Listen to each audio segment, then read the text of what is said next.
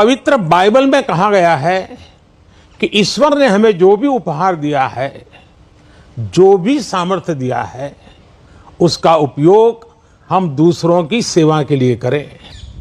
The Holi Bible में सत्य को बहुत महत्व दिया गया है और कहा गया है कि सत्य ही हमें मुक्ति का मार्ग दिखाएगा।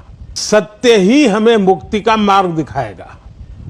अस्तुमा सद्गमय तमसुमा ज्योतिर्गमय मृत्युमा अमृतगमय। हम सभी असत्य में थे। भारतीय दर्शन के 33 करोड़ देवी देवताओं के होने के बाद भी भारतीय दर्शन इस बात की प्रार्थना को पुकार रहा है, हम असत्य में हैं, हमें सत्य में लेकर चलो। हम अंधकार में हैं, हमें ज्योति में लेकर चलो। हम मृत्यु में हैं, हमें अमर जीवन के लिए लेकर चलो। अर्जुन के अनुभव को जब उसने श्री कृष्ण से कहा, मैं पापी हूं और मेरे पाप को कौन छुड़ाएगा, मेरे पाप से कौन मेरी रक्षा करेगा।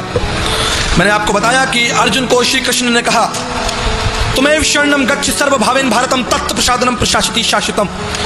अर्जुन, तुम उस परमेश्वर के पास जाओ जो तुम्हारे पापों को क्षमा करेगा। तुम्हारे पाप कौन क्षमा करेगा? वो परमेश्वर जिसके अनुग्रह से तुम्हारे पाप क्षमा होंगे। हम सब ने पाप किया है। ऋग्वेद के 10वें मंडल 90 पद में लिखा है, स्वयं परमेश्वर इस पाप के बंधन को तोड़ने के लिए इस पृथ्वी पर देह रूप धारण करेगा, जो देह के रूप में प्रकट होकर स्वयं का बलिदान चढ़ा देगा। जब तक वो बलिदान नहीं चढ़ाया जाएगा, तुम्हारे पाप क्षमा नहीं होंगे। उस पाप के बंधन के लिए माला फेरने से कोई लाभ नहीं होगा। उस पाप के बंधन को तोड़ने के लिए चढ़ावा चढ़ाने से कोई लाभ नहीं होगा।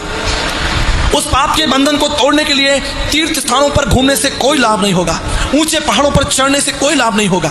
नदियों में स्नान करने से कोई लाभ नहीं होगा। न योगेन न सांख्यन कर्मणो न विद्याया। तुम्हारे धर्म के कामों से भी कोई लाभ नहीं होगा। क्यों? क्योंकि मनुष्य स्वयं अपने पाप के बंधन को नहीं तोड़ सकता।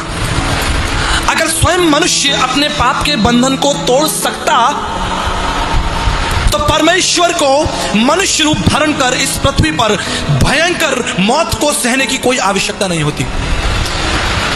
अगर मनुष्य अपने पाप के बंधन से स्वयं फारिग हो जाता तो यीशु को अपने ऊपर थुकवाने की आवश्यकता नहीं होती। प्रभु यीशु मसीह को कोड़े खाने की आवश्यकता नहीं होती। प्रभु यीशु मसीह को लात और घूंसे खाने की आवश्यकता नहीं होती।